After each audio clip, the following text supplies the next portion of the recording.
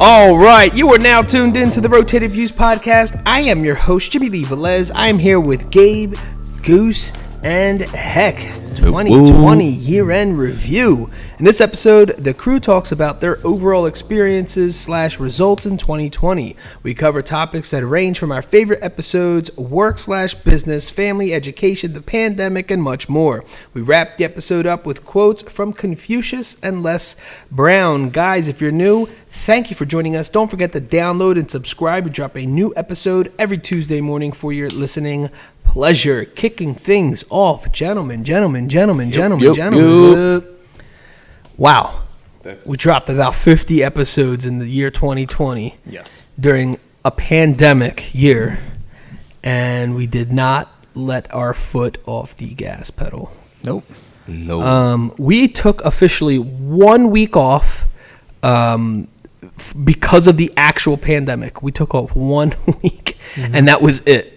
Just because we were unsure as to how we wanted to approach recording, and we needed that week to actually re-plan our approach and what it was. We just ended up doing Skype, I believe, Zoom for a couple for a couple episodes, maybe like 5 or so. It got us through a good amount, and we still had guests on there. It was pretty dope for what we're currently going through to still manage to be productive is pretty cool.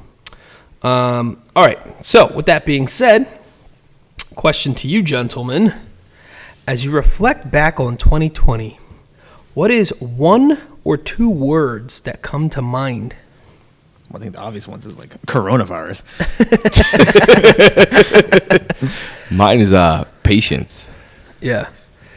Learned lots of patience throughout this whole thing. I would say for me, 1 word would be bizarre, and the other word would be unprecedented. Yes. More like new normal. Yeah.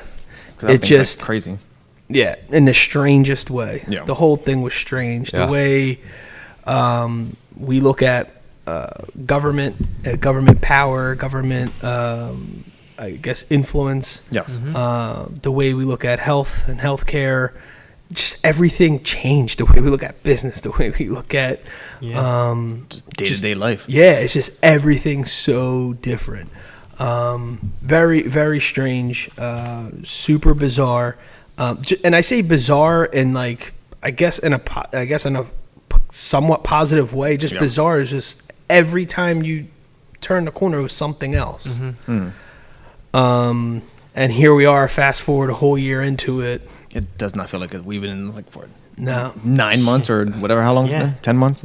Yeah. And I think it was because the way it was kind of fed to us, the way it was like, just 2 weeks of lockdown, and then let's just stretched into a month, stretched into 2 months. It was a constant extension of like every 2 weeks. Yeah. Yep. Because I do feel like if they were to say this is gonna go on for the whole year, there would have been zero cooperation and nothing would have. Right. Not at all. Yep. So, but if you string, quote, the people along, I mean, you give a little bit of hopes here and there.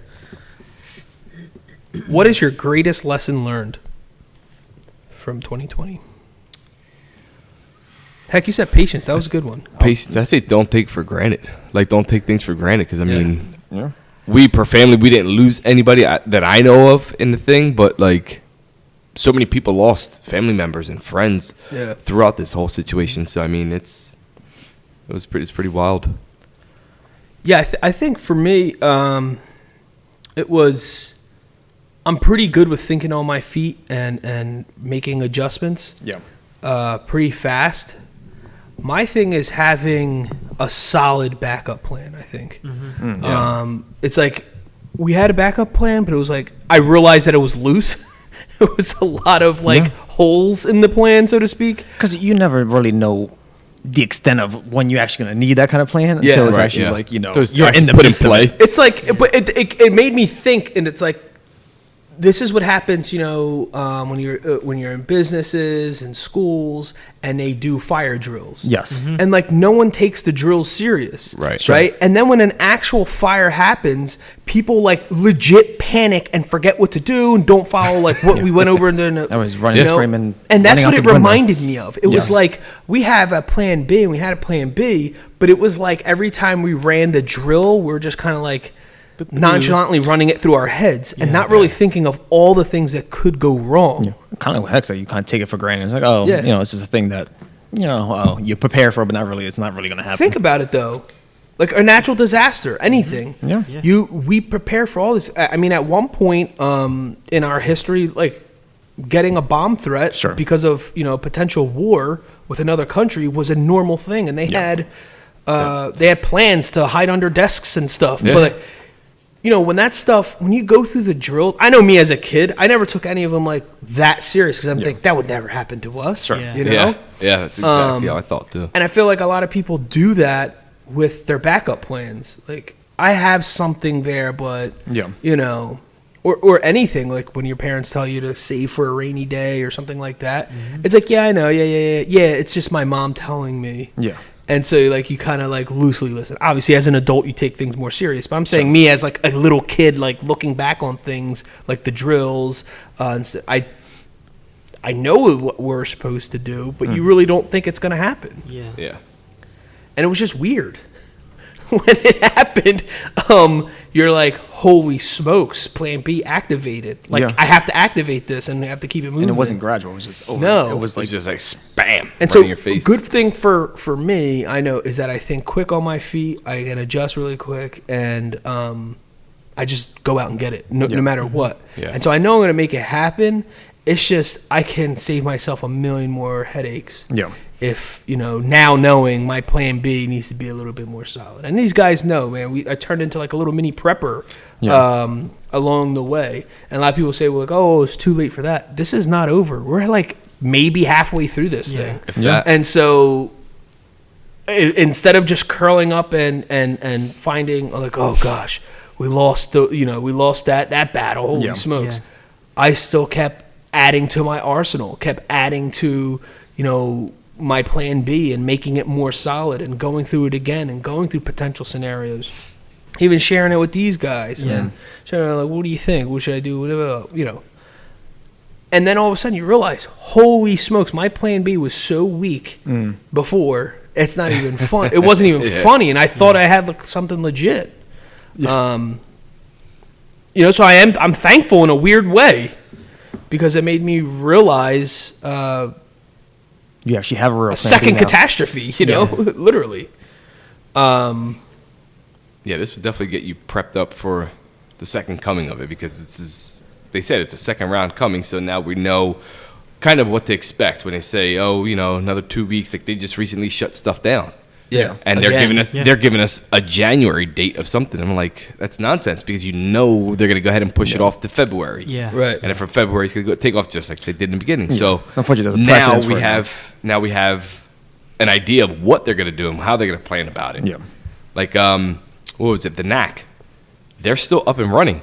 Apparently, the Newtown police got told to knock it off and let them run their business. It's a recommendation to shut down. They can't, so the police cannot harass them anymore about this. No, because technically they're not breaking a law. They're not. Right. It's just, so that's that's like their choice of staying open. They're not, and I know there's a lot of other businesses there. So, like you were saying, NAC is a gym. I know a bunch of other gyms in the area that didn't shut down, and they're still kind of being cautious, but they're not, like, closing their gym. Because, like, with me, with the barbershop, like you said, they said, oh yeah, close down for 2 weeks. They told me 2 weeks, and I was still going bananas. Like, holy smokes, 2 weeks. What am I gonna do? Like, you don't prepare yourself to be shut down for 2 weeks. Like, I don't even take a vacation that long ever, because of like financial situations. Sure. So now, like, then like we said, it ended up being the barbershop was shut down for 3 whole months.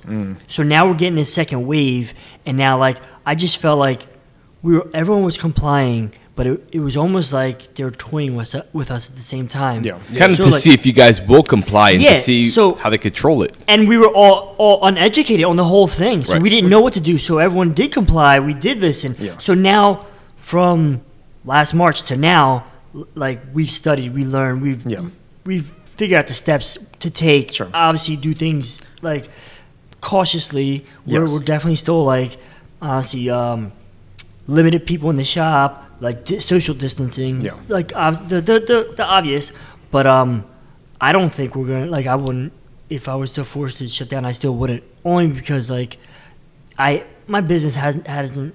It wasn't affected by like I haven't had no one come in here and say they had the COVID or anything from coming from out of here. Yeah. We're super like I try to be so clean. We disinfect everything, but at the end of the day, dude, I almost like I could have lost the business, my shop, like my 10 year marker absolutely. because of a shutdown that I had no control of. Yeah. And I tried to comply, and I got like no assistance from like government help and stuff. But they're the ones who told me to shut down, and I could lose everything because they told me to shut down. And But I think the non-essential thing was such a broad stroke of like they shut down so many different businesses that may necessarily. I mean, you're already in the midst of like you already. Unfortunately, you already had set up appointments and stuff, so it was like easier to kind of ease into some of that stuff. Yeah. But obviously, like, a lot of the ones are complying with regulations in terms of sanitary wise and all that stuff. And then some of it like doesn't even make sense. Like I went to the mall. Me and Lauren went to the mall this weekend, and the stores are limited, so you can only have 10 people, like 10 customers in the store. So there's a line outside, right? Yeah. So they're trying to be safe with 10 people inside. We only got 25 people on top of each other outside waiting to go in. Sure. Right. Literally And then you got doesn't each other. make And then you got sense. people passing by them, right? Yeah, so you which- got a line here, and you got people walking by them. So it's still a crowd. Like it doesn't make any make sense. I think sense. that the what he's saying though is the line is if you're in close proximity for someone for more than 15 minutes, that's where a transmission okay. can happen. Yeah. And there's people definitely in lines for longer than that. Right. Especially like I there's see, stores like Pandora. Where you have to basically get consulted in all your purchasing there. So Yeah. there's literally only 6 people in there, and they have to include staff. And so it's a total of 5 people, and if you have 5 staff, only 5 customers are in there. Yeah. And That's each team member crazy.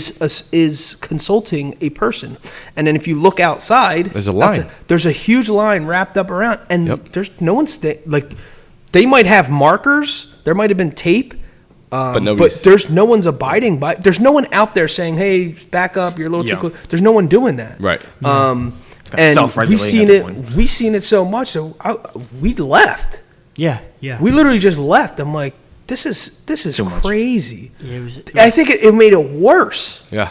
Yep. and it was definitely a turn off. Like it wasn't making obviously like the holiday shopping like enjoyable. Like I said, me and Lauren, we did it. We like kind of just our thing together, get some like coffee, go out and about and just do some shopping, knock it out, and just kind of like make a day out of it. And it definitely wasn't enjoyable. Yeah. Like especially the stores that we wanted to go to, the lines are so long. We just like turn back around. We just kind of like left really. That's what I was literally telling the guys this. I'm like, everyone's getting gift cards. Because I'm not doing it. I'm Yeah. just not. And Because it's kind of like what he's saying with with complying. It's like, I'm doing everything we're being asked to do. Yeah. Right. I'm complying in every single thing. The second I get into my truck, I have hand sanitizer. Yeah. The second I walk out of my truck, I'm putting my mask on. I'm doing everything I'm being told. And then you walk around, some dude has like a mask all the way hanging off of his chin. Yeah.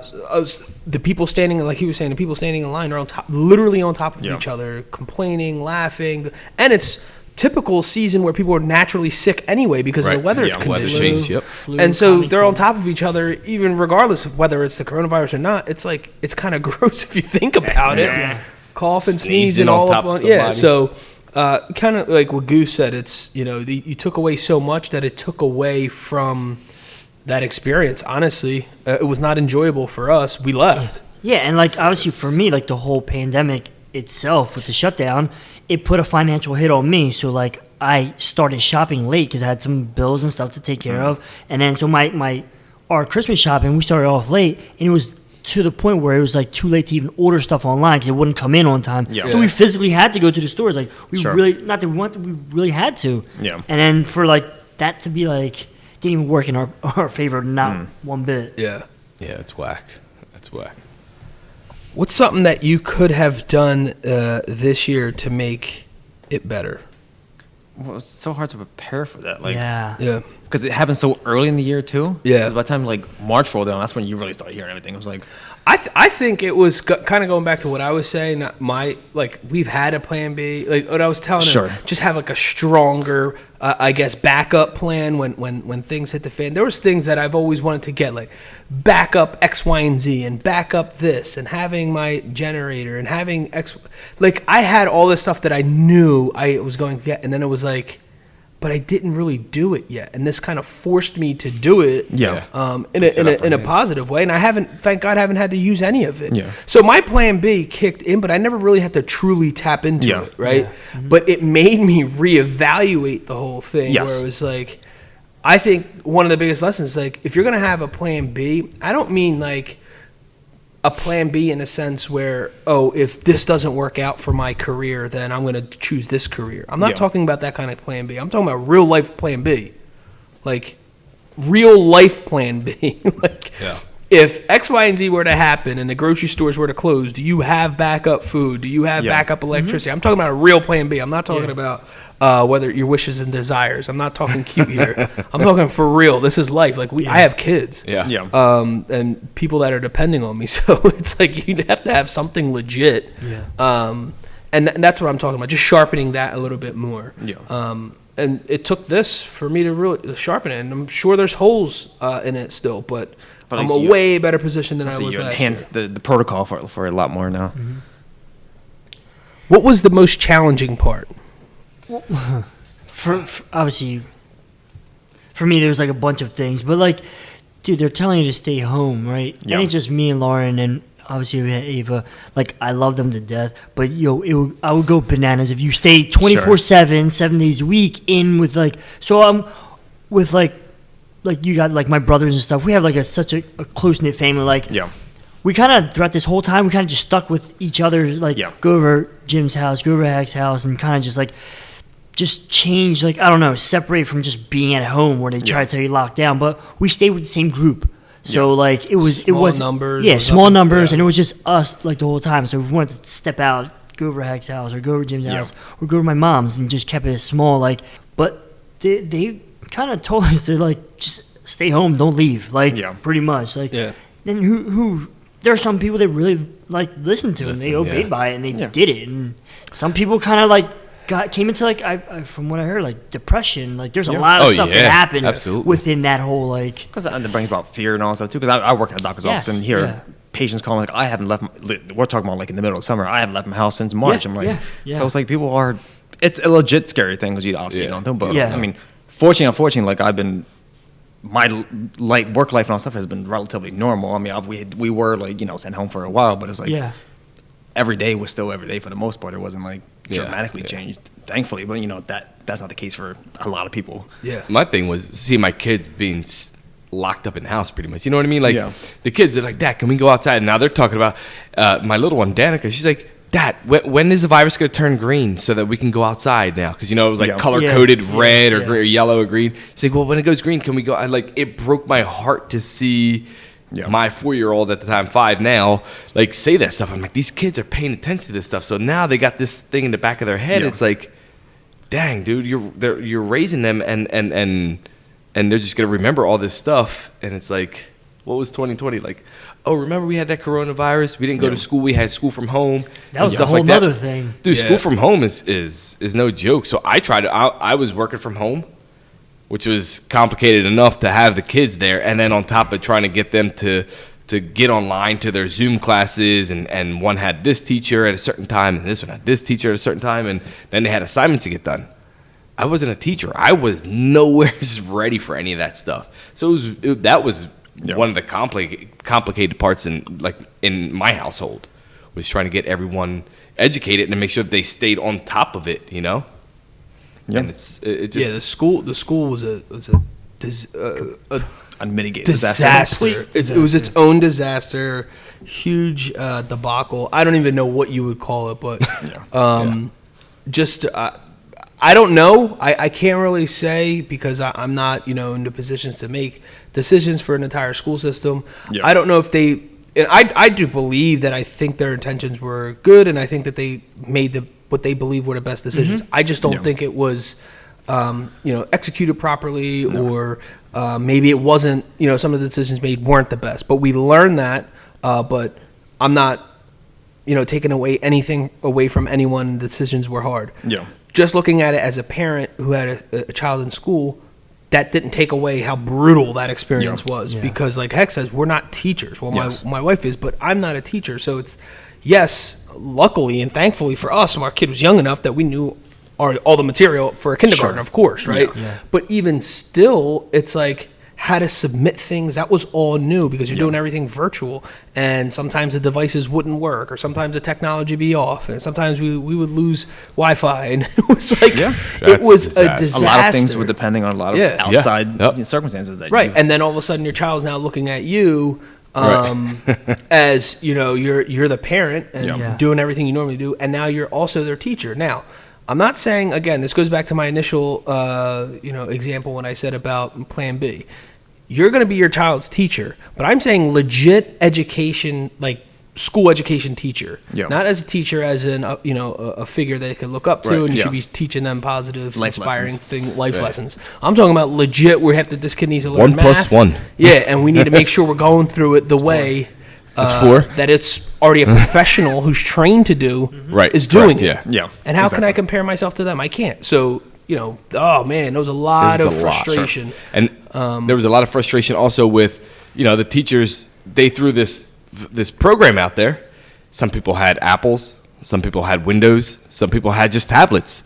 So not everything was compatible down the line. So they had to come up with a second plan. That way in the summer, like our school district, they gave the lower kids, like kindergarten through first grade, iPads, and then the rest of the kids Chromebooks, so that everything was on the same page. And now they all log on through Google, and obviously so it was a learning curve for them. They threw that out there. Oh, you get on your parents' laptop and do this and that. Yeah. Well, half the stuff wasn't going through because it was different formats and stuff like that. So that was another disaster on that. What's something that happened? I know we're going to remember this year for the rest of our lives, but what's something that pops out that happened this year, or you experienced, maybe it was you yourself, or you saw, that you're going to remember for the rest of your life? Well, at least kind of like in the work area, it's like I work off of Broad Street, which is, one of the biggest area, main streets in the city.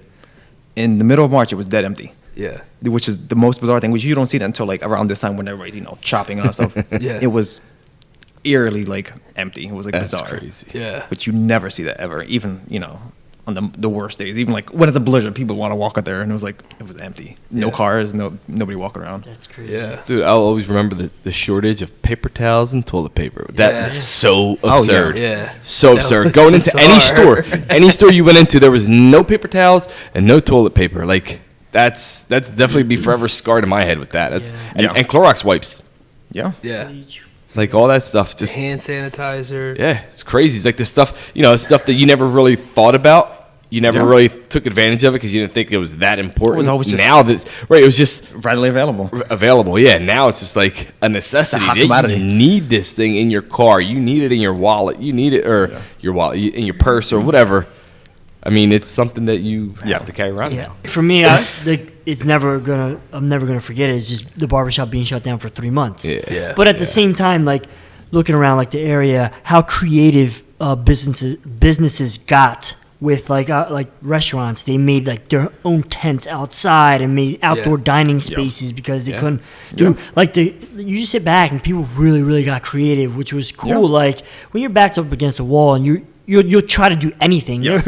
They're making like tents, and I've seen some like pretty cool stuff, and some stuff was like off the wall. Holy smokes, they really just pulled that off. But that like stuff like that, like, and then like Bristol Borough is such a small town, and we were just kind of like on the up and up with the smaller businesses, and now like there are like a handful and they shut down for good. Yeah. Like, and it's unfortunate. You walk down the street and there's like they're like, not that they're boarded up. There's paper, like, you know, like it's just shut down. Like there's nothing, no flashing lights, no signs, no open signs anymore. And some of these businesses just opened up like within the past year, maybe 2 years, and it's sad to see them like not there anymore. Yeah, and that's like, for me, that's what 2020 is going to be, just a whole like business, like how, I don't know, learning curve for me, like the business end of 2020. Obviously, there's other personal stuff that happened, but like that was, I'm never going to forget that.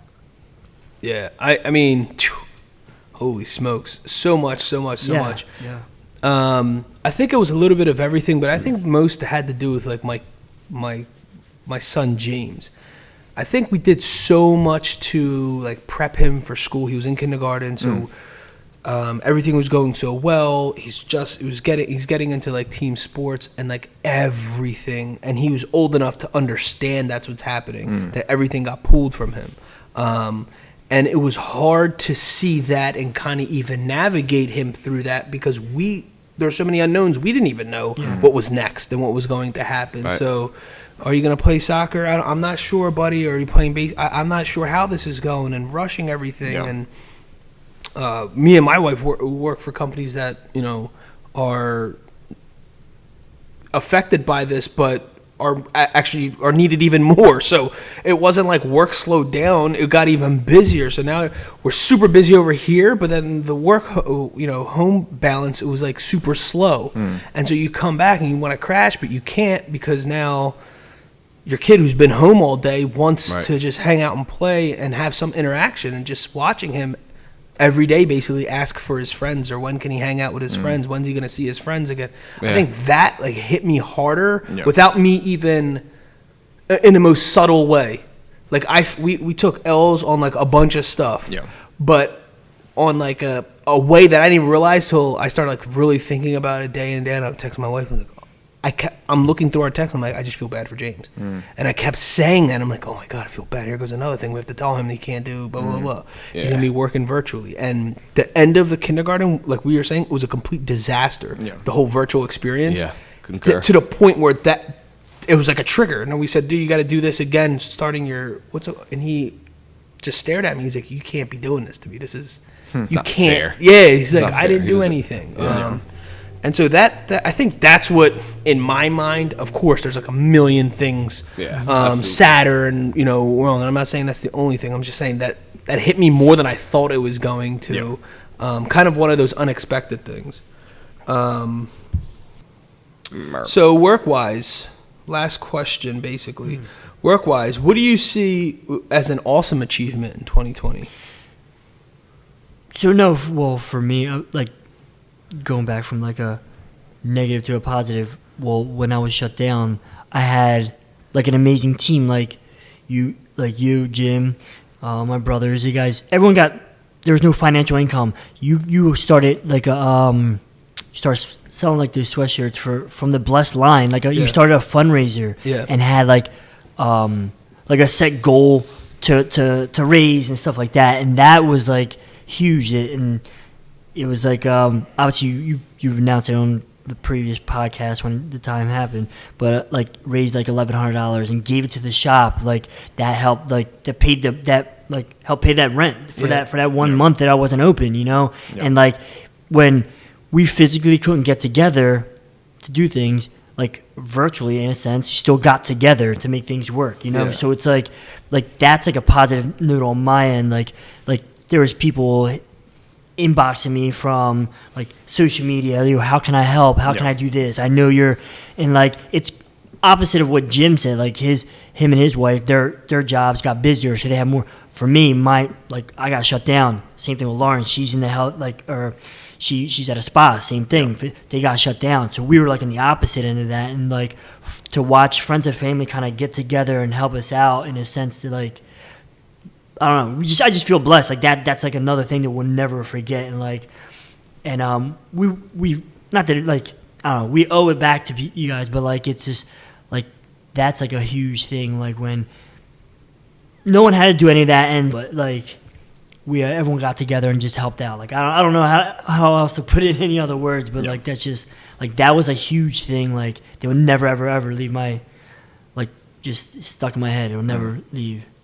They and that was one of the big things that I said it a bunch of times, but that's the power of obviously the Rotated Views podcast and our listeners, the Blessed Lifestyle brand, and it's just everyone coming together. It was just so much support when we announced that we were going to do this little fundraiser or whatever and keep it moving. It wasn't like people even thought twice about it. Yeah. It was like we almost couldn't even keep up with, like the initial order with things and how it all came together. It was so smooth. Everything was so smooth. It was like it truly was a blessing. And it's a shout out to everyone who listens to this podcast, friends and family who reacted without even thinking about it. Obviously, whether it was a text message, social media, people were reaching out left and right. It was amazing to see, the power of honestly what we do here, the power of actual, real, true love, and you realize how much of an impact you really do have on people. And I'm so happy that it's positive. And honestly, that's what it's all about. Right, that alone was it was proof that what we're doing is right, and we're on the path to even bigger and better things. Absolutely. And so I don't know, that was so dope. And again, in my opinion, the same thing. That was one of the most rewarding moments of my entire life, just to see the reaction. Sure. You know what I'm saying? And then we got the result that we wanted plus some, Absolutely. And then to top it off, during the pandemic, every November, we raise money for pancreatic cancer awareness. And it was weird because they reached out. We raised the most money we've ever done in any previous year. And it was off of one simple idea that I had from someone else from last year. I saw someone else do not for pancreatic cancer awareness. It was something that it was a fundraiser they did for something totally different. Okay. And I was like, I'm using that idea next year. I remember saying that in 2019. I'm like, 2020, this is what we're going to do. And we raised the most money we've ever done it was like, I think I said it was in under 72 hours. So in 3 days, it was a quick, small thing. And I remember just getting, I got an email from them. I got a letter from them. I got a phone call, I got a voicemail. I could actually play the voicemail for you. It's and they reached out they were thanking me because I did it, but it was through everyone else. Yeah. And it was the first time we ever did something like that, and it was like, holy smokes, what you would think would be the weakest year Sure. ended up being, there's so many strengths that you can draw out of it. So anyway, that was dope. So I'll switch it up to the actual podcast. Let me read this list off. As a podcast, what were some of your favorite episodes / guests, including a virtual? Just to name what we've been through this year, which is amazing. We had our first hangout session. I don't know if you guys remember. We had Tom Alizecki and Tom Rudisell here, and that same day we found out Kobe passed away. So that whole vibe completely changed. We had George Berdomas on and George Vasquez on, who's a mechanic. We had Fed 5. We had Calm Waters, Andrew Dittman here from Bristol Borough. We had the creators of Found.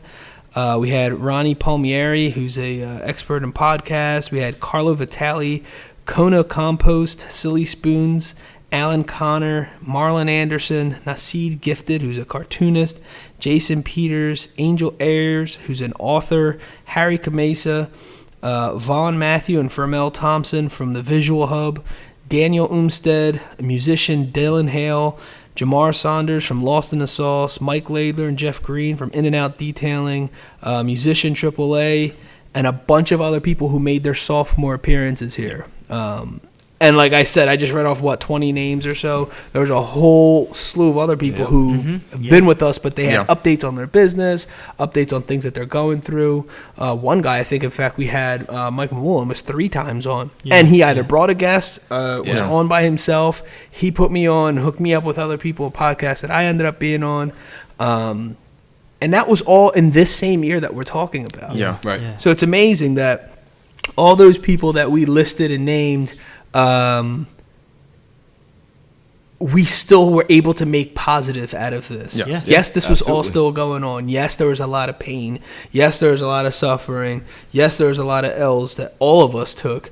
But somehow we were still like that one little thing, that one little consistent person thing, item, I should say, that was always there. The Rotated Views podcast still had episodes for you to listen to, and all of our stuff's uplifting and positive. So to still be, quote, creative during a very challenging time is, I mean, I give, hats off to you guys. This was definitely one of our hardest years, and for whatever reason or somehow, by the grace of God, we pulled it off. Made through it. And stronger and built even bigger relationships, and our outreach has become bigger. And yes, it seems like a very, I don't know if it's years past, but it seems like a much more like eclectic group of guests, I guess you could say, because it was a lot more varied, I guess, in terms of backgrounds and stuff. For sure. So I mean, I appreciate every last one of those guests that were on. They took time out of their day, just like obviously you guys take time out of your day every single week to do every single thing. This isn't easy. It's definitely challenging. Gabe does all this editing. We're bringing equipment. We're using the barbershop. I'm contacting guests. Heck's taking pictures, never in them. And it's just like, you realize, and all that sounds like little or minor, but you need every single one of those things to make this happen. And that was the point I was trying to say in the beginning. Even though we went through or going through this pandemic, we were still still productive in a positive way. You don't understand, like I said, the guys hear, conversation or sidebars stuff when the microphones aren't recording, but it's definitely not easy. And I encourage people to, regardless of what your dream is or whatever your passion is, pursue it, because regardless, it's not going to be easy no matter what. No matter how much prep you have. We're 4.5 years, we're coming up on our 5th year, and we're struggling. You know what I'm saying? And so it's like, no matter how much experience you have, you're still going to face something that's going to affect you. What they say is, for every level is another devil. So it's, you got to be able to, that's why all those earlier stages we're prepping us for. Yeah. Because we meet in person every single week, so it could have definitely fell to the wayside. Yeah. Just because trying to figure it out. But I mean, obviously, me and you have a conversation to figure out, keep it going, and obviously we're able to get guests that we probably wouldn't have been able to get into this building prior to that. So it was like, and then I think also like what we've learned from 2020, and then looking forward, we saw people who stopped their little side hustles because they thought it was going to be so temporary, when in fact it became almost a permanent thing, and their side hustles evaporated into nothing, and are now no longer doing what they were pursuing, or 2020 was going to be their year, and all that stuff stopped, where we maintained, even though we're slowly treading through water, we still kept taking a step forward, and truly never really lost ground. And if we did, it wasn't that much. There was other plans that we had to put on hold, but we didn't put the vision on hold. You know what I'm saying? Like, I know so many people. There's so many people who had X, Y, and Z things going and was putting things off because of the exterior and what was going out there. That we didn't put anyone in danger. We didn't do anything negative. All we did was bring more positive, and we kept stayed true to ourselves. And we kept bringing a product week in, week out, even if it was done via Zoom. And then we figured out ways that we're recording, and we stay a specific distance away from each other. And when guests are here, and people are masked, and we figured that stuff out. You know what I'm saying? Where if you just don't take any action, you're gonna be sitting at home like, oh, what if somebody comes in, and then what if this, and then you keep coming up with all these scenarios. It's good to plan, but at some point you have to take action. You just have to just do it. Obviously in the safest way possible, but we're still doing it is the point that needs to be highlighted. And so it gave us this vision. It gave us this, I guess, even bigger vision that, if we could survive this, we're going up on our 5th year, and I would love nothing more than to have a permanent location. That's my goal. in the near future is to have a permanent location where, we're fully set up as soon as we walk in and have a place to, call our own, where, we're not, obviously it's not a bother to him, but at some point, it's annoying, I'm sure. So the barbershop has been good to us, and I hope this coming soon, within this next year, we could have our own permanent place. Yeah. Until the next big thing happens and whatever. So who knows? That's our goal. Kind of, went over, some of the guests that we had, talked about, the impact of the pandemic, future goals, obviously. We're already booking. I'm already almost basically booked through January already for the guests to start. So we're starting off 2021 strong. Yeah, I'm sure 2021 is going to have some crazy stories. Yeah.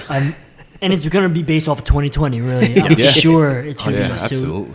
It's going to be exciting. Yeah, man, I'm pumped. I really am. I'm glad that we're sitting here saying that too. Yeah. And not, saying like, remember when we had that podcast? Yeah. Absolutely. We And the other 4 thing, years ago. the other thing is obviously bringing the visual aspect. So one of the goals for 2021 is that's obviously definitely a long-term. have a YouTube channel or one of those platforms where we're actually you're capturing, because it's so dope what we do here inside the quote studio and see everything that's going on. I think giving you guys that extra, insight as to production and all that stuff, I think it would be appreciated.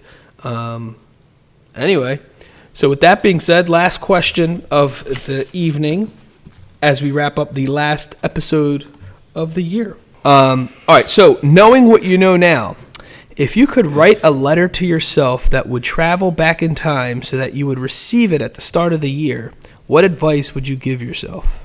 Get lots of toilet paper. Yes. Stock up on TP. Don't listen to them. Yeah. Do your homework on a lot of things. Don't just listen to the media and all that stuff out there. Yeah. Do your homework. Don't take it for what they're saying. Yeah, I think it still stands true. I mean, you have to be prepared at all times to protect your own. Yeah. I mean, Absolutely. That's what it basically Yeah, and as things go on, obviously you got to keep educating yourself. Like you said, you can't just go, they tell you stay home, just go home, stay home. Like, why am I home? Like, you have to educate yourself and figure out why. Like, is this... And every station was saying something different. Yeah. So it's like, it it was to add to the chaotic situation to begin with. We're getting misinformed Every on, station, every state had different every regulations. state, they're all just different doing, pushing in different directions. It was kind of odd. Or, I guess one thing was like kind of what you were saying earlier was like reevaluate your plan B of like what your preparations on stuff. Double check yourself on your plan B. All right, so we like to close things out with quotes, and the first one is by Confucius. By 3 methods we may learn wisdom. First, by reflection, which is the noblest. Second, by imitation, which is the easiest. And third, by experience, which is the bitterest. And the second one by Les Brown. Review your goals twice every day in order to be focused on achieving them. 2020 year-end review. In this episode, the crew talks about their overall experiences / results in 2020. We cover topics that range from our favorite episode, work / business, family, education, the pandemic, and much more. We wrap the episode up with quotes from Confucius and Les Brown. Awesome. Guys, thanks again for joining us. The Rotated Views podcast was produced for self-development purposes. Huge shout out to our sponsors. This episode is brought to you by the Blessed Lifestyle brand. That is BL3SSED.com. Also sponsored by The Motivation Files Unleashed. This motivational mixtape will be your fuel for success. Available on all platforms. Guys, don't forget to visit the website, JimmyleeVelez.com. Follow us on Facebook and Instagram at Rotated Views. If you have any inquiries or questions, email us at info@JimmyleeVelez.com. On behalf of myself and the rest of the crew, we wish you massive success. Stay blessed.